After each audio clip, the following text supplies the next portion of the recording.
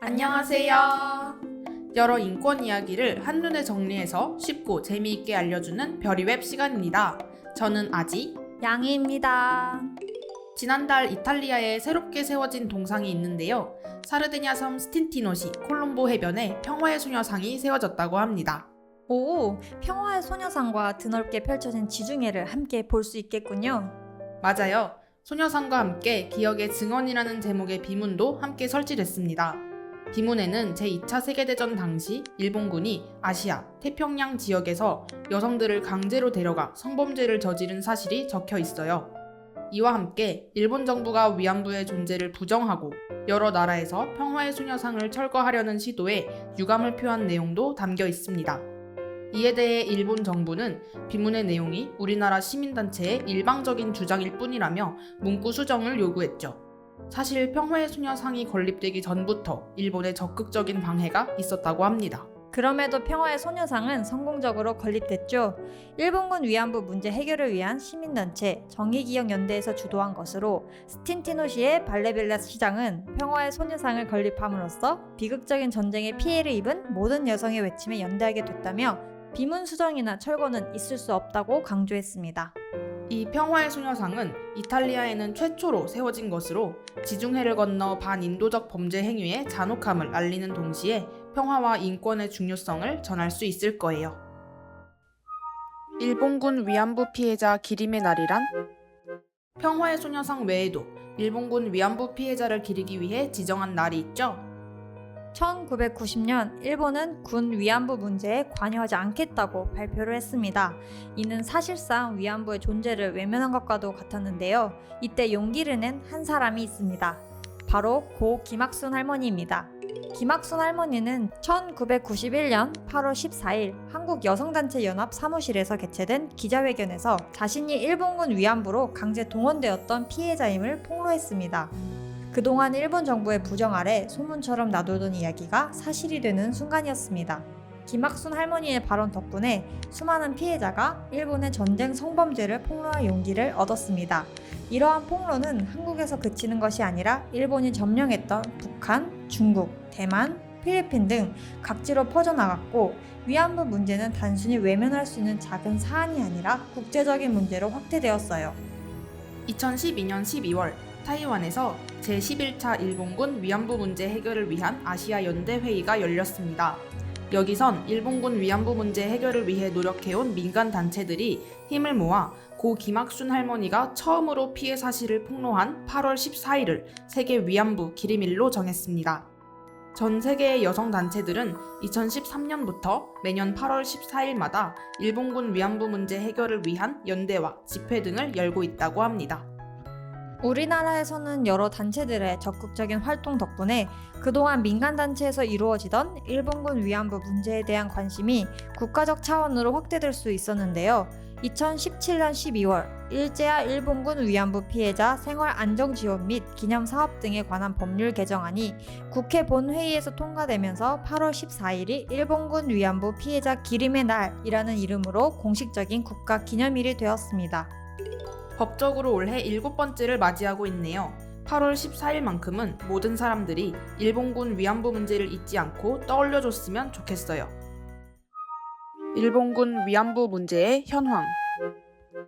이탈리아에는 평화의 소녀상이 새롭게 세워졌지만 독일에서는 철거될 위기에 처해 있다고 해요. 2020년 베를린에 평화의 소녀상이 설치될 때 미테구청은 비문 내용을 문제 삼으며 철거 명령을 내렸습니다. 하지만 제독시민단체 코리아협의회의 가처분 신청으로 평화의 소녀상은 2022년 9월까지 법적 문제 없이 자리를 지킬 수 있었는데요. 이후 미테구 의회에 소녀상 영구 존치 결의안 등의 노력이 있었지만 구청에서는 오는 9월 철거를 진행하겠다는 입장입니다. 평화의 소녀상이 철거되는 것은 단순히 조형물이 없어지는 것이 아니라 소녀상이 의미하는 바도 함께 사라지는 것으로 다가오네요. 심지어 국내에서도 평화의 소녀상을 모욕하고 훼손하는 일이 벌어지고 있었는데요. 위안부법 폐지 국민행동 시민단체의 김병헌 대표가 서울에 위치한 평화의 소녀상에 철거라고 적힌 비닐을 씌우고 사진을 찍어 남겼습니다. 그는 일본군 위안부 문제를 전면 부정했으며 이처럼 평화의 소녀상을 직접적으로 훼손하고 조롱하는 행위가 전국적으로 50여 차례 발생했다고 합니다. 50여 차례라니 많네요. 우리나라에서조차 평화의 소녀상이 어렵게 자리를 지키고 있다니 충격적인데요. 보호할 수 있는 방법은 없는 건가요? 아직은 없어요. 명확한 처벌 규정이 없기 때문인데요. 그래서 평화의 소녀상을 보호하고 일본군 위안부 피해자분들의 명예를 지키기 위해 위안부 피해자법을 개정해야 한다는 목소리가 커지고 있습니다. 우리나라 정부에 등록된 일본군 위안부 피해자 240명 중 현재 생존자는 9명뿐입니다. 살아계신 분들의 평균 나이는 94.4세로 매우 고령의 나이인데요. 가능하면 하루빨리 국회에서 볼 수 있었으면 좋겠네요. 우리가 할 수 있는 것은? 2015년 12월 28일 한일 일본군 위안부 협상 타결이 이루어졌습니다. 일본의 책임 인정과 사과, 배상을 조건으로 우리나라는 위안부 피해자를 기리는 소녀상 철거, 위안부 문제 언급 불가 등의 여러 제약이 생겼죠. 이 합의를 최선의 외교 합의라고 보는 사람도 있고 돈을 받고 사건을 지우려 한 굴욕적인 합의라고 보는 사람도 있습니다. 합의를 통해 끝날 것 같았던 문제는 여전히 여러 논란 속에 자리하고 있는데요. 그러한 이유로는 피해자인 할머니들께서 원하던 진정성 어린 사죄, 재발을 방지하기 위해 역사적 사실로 남겨야 할 필요 등 보다 세심한 부분을 고려하지 못했기 때문일 겁니다. 합의를 전면 부정한 위안부 피해자들 중 일부는 2016년 일본을 상대로 소송을 걸었고 승소하게 됩니다. 일본 정부는 배상에 있어서 매우 회의적인 태도를 취하고 있지만 이 결과는 참 많은 걸 담고 있습니다. 그들이 저질렀던 행동은 인류 가치에 반하는 범죄임을 명시하고 전시 성폭력 문제가 근절되어야 함을 보여줍니다. 역사 속에 남은 전쟁에서도 현재 일어나는 전쟁에서도 전시 성폭력 문제는 만연합니다. 전쟁이라는 특수성으로 인해 가해자를 처벌하고 피해를 예방하기 어려운 게 현실입니다. 따라서 명확한 해결 방법을 찾긴 어려운데요. 그렇다면 우리가 할 수 있는 일은 무엇이 있을까요? 그에 대한 해답은 일본군 위안부 피해자 할머니들께서 알려주셨다고 생각합니다. 그분들은 용기 있게 가해 행위를 알리고 잊혀지지 않게 기록함으로써 전시 성폭력이 사회적으로 용납되어서는 안 된다는 인식을 확대시켰습니다. 긴 시간 포기하지 않는 일본군 위안부 피해자 할머니들을 떠올리며 우리는 전 인류가 추구해야 할 가치가 외교적 관계, 정치적 권력에 밀릴 수 없다는 것을 굳게 새겨야 합니다. 일본군 위안부 피해자 기림의 날의 의미를 생각해보며 앞으로 우리 사회가 일본군 위안부 문제를 다루는 과정에 지속적인 관심을 갖고 지켜보는 것이 좋겠습니다.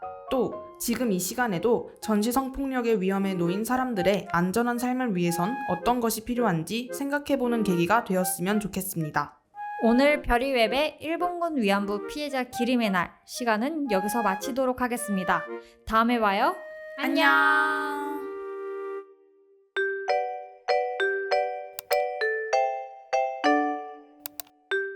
기억함에 저장되었습니다. 다음에 또 만나요.